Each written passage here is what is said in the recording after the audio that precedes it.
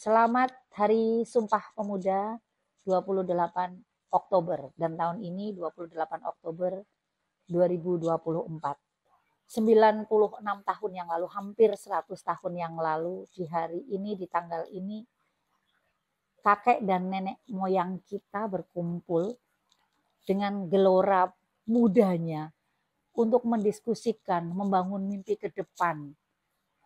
Harus seperti apa, mau bagaimana. Dan bayangkan kekuatan anak muda hampir 100 tahun yang lalu yang bermimpi, yang sebelumnya tidak diperhitungkan sebagai sebuah kekuatan yang bisa berdampak pada perubahan yang sangat signifikan, ternyata mampu membakar semangat, mampu membakar api dari orang-orang muda yang ada di tanah air ini untuk melawan penjajah. Dan dengan semangat anak-anak muda itu, kakek dan nenek moyang kita bisa melawan penjajah.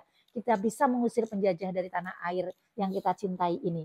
Dengan semangat satu tanah air, satu bangsa dan satu bahasa. Ternyata mimpi nenek dan kakek moyang kita sebagai orang muda 100 tahun yang lalu menjelma menjadi sebuah kenyataan yang sekarang kita nikmati. Nah ini nih, lantas apa dong sebagai anak muda yang hidup pada era yang serba memanjakan kita, yang dulu dimimpikan oleh nenek moyang kita yang tidak menikmatinya?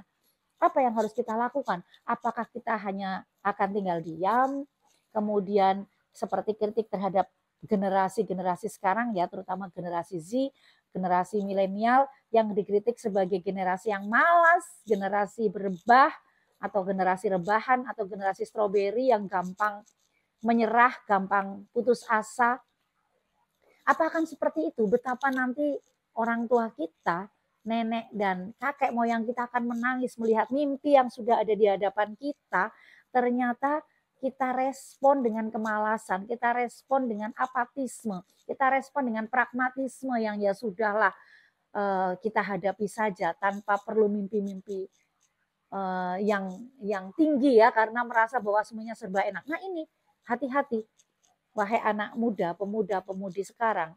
Kalau musuh orang tua kita dulu adalah penjajah yang kasat mata, hati-hati, justru musuh kita sekarang mungkin tidak terlihat karena kita di-hijack, kita dihadapkan pada teknologi canggih yang dengan teknologi itu kita bisa membaca apa saja, bisa mendapatkan pengetahuan apa saja, kita bisa berbuat apa saja, dan bahkan dengan kemajuan yang disebabkan oleh kemajuan teknologi, anak-anak muda ini serba dimanjakan, mau makan tinggal GoFood, mau nyuci tinggal laundry, semuanya serba mudah dan serba dimanjakan. Nah, hati-hati, jangan-jangan justru di situ yang menjadi musuh terbesar kita. Akhirnya kita menjadi generasi yang malas, kita menjadi generasi yang susah untuk bergerak, kehilangan semangat, kehilangan api yang dulu dinyalakan oleh orang tua kita, dan kemudian kita membiarkan api itu padam. Apa yang akan terjadi? Hati-hati. Maka kita akan kehilangan mimpi, bukan hanya mimpi orang tua kita. Bahkan mungkin jangan-jangan anak muda sekarang tidak punya mimpi karena merasa semuanya sudah ada di hadapan mata. Maka berhati-hatilah wahai teman-teman, anak-anak, adik-adik, pemuda dan pemudi, mari kita lakukan introspeksi, kita lakukan refleksi, kita melakukan orientasi ulang. Mau kemana sebenarnya kita? Apa mimpi kita? Kita harus punya mimpi seperti orang tua kita dulu. Karena mimpi itu yang akan mengarahkan kita untuk mencapainya. Tapi malas, Bu. Nah itu, sederhana sekali loh. Dulu orang tua kita, mereka mengorbankan nyawa, bahkan bukan hanya mengorbankan tenaga, pikiran, dan waktu, tapi nyawa untuk mendapatkan kebebasan dari penjajah, karena musuhnya ada di depan mata lah kita. Musuhnya ternyata diri kita sendiri, kita yang malas, kita yang akhirnya gampang menyerah, kita yang akhirnya bahkan sudah tidak punya cita-cita ingin sesuatu yang ideal, tidak kehilangan idealisme. Nah, hati-hati. Jadi sekali lagi, mari kita maknai Hari Sumpah Pemuda itu dengan melakukan introspeksi dan refleksi diri. Menanyakan kembali apa sebenarnya cita-cita kita, apa target yang akan kita capai, Dan kita harus berhasil karena keberhasilan itu ada di tangan kita dan tentu saja dengan doa. Jadi ikhtiar dan doa. Oleh karena itu, wahai pemuda dan pemudi, mari sekali lagi jadilah pemimpin bagi diri sendiri dulu, karena jangan-jangan musuhnya ada di dalam diri kita, ada di cara berpikir kita, ada di bagaimana kita eh, terpedaya dengan kemanjaan-kemanjaan yang diberikan kepada kita semua di era yang serba canggih ini, di era yang serba apa-apa ada, justru bisa menjadi musuh sekali lagi karena kemudian kita lupa bahwa kita seharusnya punya mimpi yang harus kita capai, bahwa kita punya idealisme di masa depan yang akan kita capai. Jadi sekali lagi, jadilah pemimpin bagi diri sendiri dulu. Mari kita pimpin diri kita untuk punya idealisme dan mencapainya, dan bergerak membangun semangat untuk diri sendiri sehingga bisa mengorbankan semangat kepada orang lain. Sehingga kita malu akan mengatakan malas, kita malu akan mengatakan, ah apalagi sih yang harus dilakukan, kita sudah enak. Belum, masih banyak problem yang kita hadapi di masyarakat kita. Masih banyak yang harus kita lakukan untuk menuju Indonesia yang terus maju, untuk menuju Indonesia yang tadi itu, satu tanah air, satu bangsa, dan satu bahasa. Ini rumah kita, mari kita jaga bersama-sama. Kita semua punya porsinya masing-masing. Harus memainkan peran kita masing-masing. Mahasiswa, perankanlah peran kalian sebagai mahasiswa yang harus merawat nalar kritis. Kritisilah kalau ada diskriminasi di sekitar kita. Contohnya nih, ini menjelang pilkada, tunjukkan dong peran kalian gitu.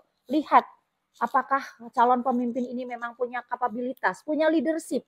Apakah mereka bisa menjadi leader bagi dirinya sendiri sehingga kita bisa berharap bisa menjadi pemimpin untuk kita semua.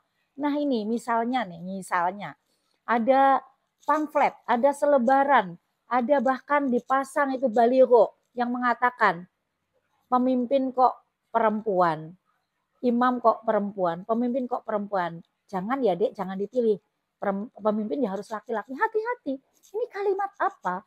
Nah, sebagai pemuda seharusnya sudah punya nalar kritis bahwa ini adalah kalimat yang sangat memalukan dan sangat bertentangan dengan mimpi orang tua kita yang 96 tahun lalu sudah dirajut.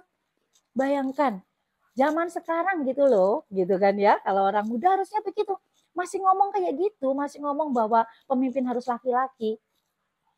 Siapa bilang pemimpin itu bukan persoalan jenis kelamin. Pemimpin itu ya siapa saja yang punya kapabilitas untuk memimpin. Nah, ini peran-peran yang bisa dimainkan oleh kalian jika kalian mahasiswa atau mahasiswi atau mungkin siswa-siswi. Nah, kalian yang mungkin sudah bekerja, ya mestinya juga harus punya kepekaan gitu, punya nalar kritis. Apakah pekerjaan saya sudah sesuai dengan kapasitas saya? Saya harus kreatif nih agar pekerjaan saya bisa berkembang, bisa memaknai, tidak teralienasi kan gitu ya, tidak terasing, kemudian tidak punya power. Nah, yang belum bekerja, anak muda gitu loh, kok masih bingung mau bekerja apa? Anda punya tenaga loh, Anda punya pikiran, Anda seharusnya bisa kreatif. Kita seharusnya bisa berkreasi, menciptakan sesuatu yang membuat kalian bisa hidup.